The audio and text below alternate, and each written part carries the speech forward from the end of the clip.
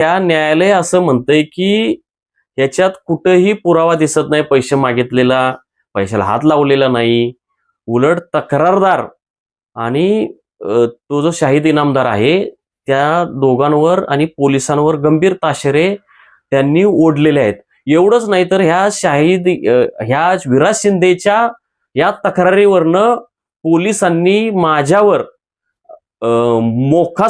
मोखासारखं आता नवीन BNS act मध्ये एक कलम हे झालेलं आहे 111. त्या कलम लावलं होतं आणि त्यासाठी SP समीर शेख यांनी पोलिसांना पत्र लिहिलं होतं की हा तुषार खरात टोळी प्रमुख आहे, ह्याची टोळी आहे आणि टोळीमध्ये कोण, ती महिला आणि अनिल सुभेदार, असे आम्ही 3 जण टोळीमध्ये आहोत असं पत्र त्या बिंढोक समीर शेख नावाचा त्यावेळेचा SP होता, त्या बिंढोकने लिहिलं होतं.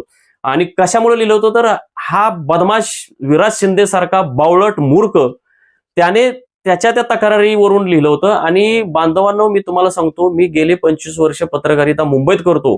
मी वाचन लिखाण या क्षेत्रातला मी माणूस आहे आणि माझ्यावर असलं टोळी प्रमुख बनवलं होतं. आणि काय कारण दिली होती त्यांनी, तर मी जमिनीचे व्यवहार करतो, जमिनी, आणि तुम्हाला सांगतो माझ्या अख्ख्या महाराष्ट्रात, अख्ख्या देशात आणि अख्ख्या जगात मी 1 गुंठा सुद्धा जमीन कुठं विकत घेतलेली नाही. आणि माझ्यावर असा आरोप ठेवला की मी जमिनीचे व्यवहार करतो.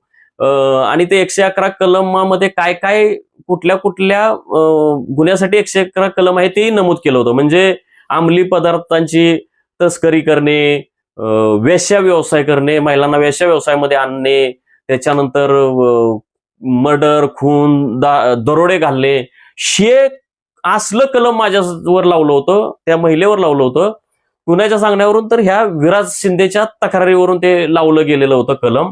आणि परंतु न्यायालयाने ह्या कलम लावलं, त्याच्यावर न्यायालयाने असं म्हटलं की पोलिसांनी डोक्याचा वापर केलेला नाही, त्यामुळे पोलिसांवर नामुष्की ओढवली. म्हणजे ते कलम पोलिसांना ते कलम वगळावं लागलं.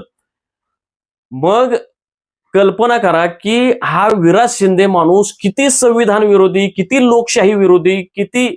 आणि तुम्हाला बांधवांना सांगतो की ह्याच विराज शिंदेच्या तक्रारीच्या प्रकरणामध्ये मी कोल्हापूर जेलमध्ये असताना पुन्हा ह्याच प्रकरणामध्ये पुन्हा पोलिसांनी ताबा घेतला होता. ताबा कसा घेतला होता तर ह्या प्रकरणाचा तपास सातारा पोलीस करत होते, सातारा शहर पोलिसांनी त्यांना माहित होतं हे खोटं प्रकरण आहे. त्यामुळे त्यांनी सांगितलं की ते जे आयओ होते त्यावेळेचे, तर त्या आयओने सांगितलं की हा तपास आम्ही करणार नाही, आम्ही खोटा तपास करणार नाही.